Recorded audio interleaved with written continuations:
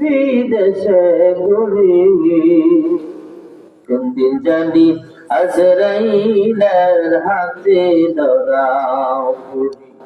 কবরে আযাব যদি মানুষ দেখিত,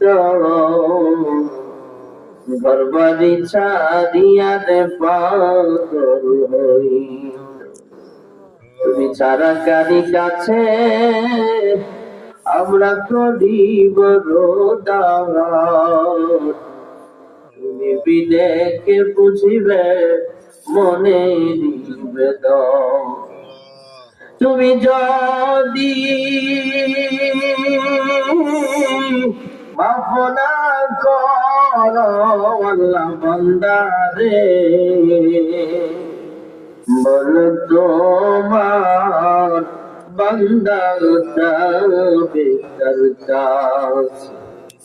আয় আল্লাহ, দুনিয়ার ভিক্ষুক এক দরজা থেকে তারা দিলে অন্য দরজায় যায়। আমরা তো একমাত্র তোমার দরজার ভিখারি, আমাদের আর কোনো জায়গা নেই। ফিরে দিও না, সবাইকে তুমি মাফ করে দাও। মা বোনেরা হাত বাড়াইছে, এদেরকে পর্দা নিশিনা বেদা জামেদা সালেহা বানায় দাও। এলাকার অনেক ছেলে মেয়ে বিবাহের উপযুক্ত আছে, দেখার পাত্র পাত্রীর ব্যবস্থা করিয়া দাও। অনেকের বিবাহ হয়েছে কিন্তু সন্তান আদি হয় না। আয় আল্লাহ, তুমি একমাত্র সন্তান দেওয়ার মালিক, এক সন্তানের বাবা মা হিসেবে তুমি কবুল করিয়া নাও। রব্বি হাবলি মিনাস সালিহিন। আয় আল্লাহ, জানি না আজকের মাহফিল কার জন্য, জানি জীবনের শেষ মাহফিল হয়ে যেতে পারে। যারা টাকা দিয়া পয়সা দিয়া সুপরামর্শ দিয়া মাহফিলের আয়োজন করেছে, মসজিদের খেদমত করতেছে, প্রত্যেকের মনের নেক আশাগুলি পূর্ণ করিয়া দাও। আমাদের সকলকে পাঁচ ওয়াক্ত নামাজি বানায়া দাও। একদিন এমন সময় চলে আসবে, আমাকে শেষবারের মধ্যে গোসল দিয়া দিবে। মশারিটা নয়া বড়ই পাতার গরম পানি দিয়া আমাকে গোসল করাবে।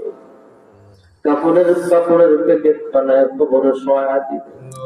মার্কিন সাদা কাফন জড়াবার আগে হারামের দুইটা কাপড়ে জড়ায়া লব্বাইক আল্লাহুম্মা লব্বাইক বলে বলে তোমার ঘর খানায় আমার সামনে হাজিরা দেওয়ার তৌফিক আমাদেরকে নসিব করিয়া দাও।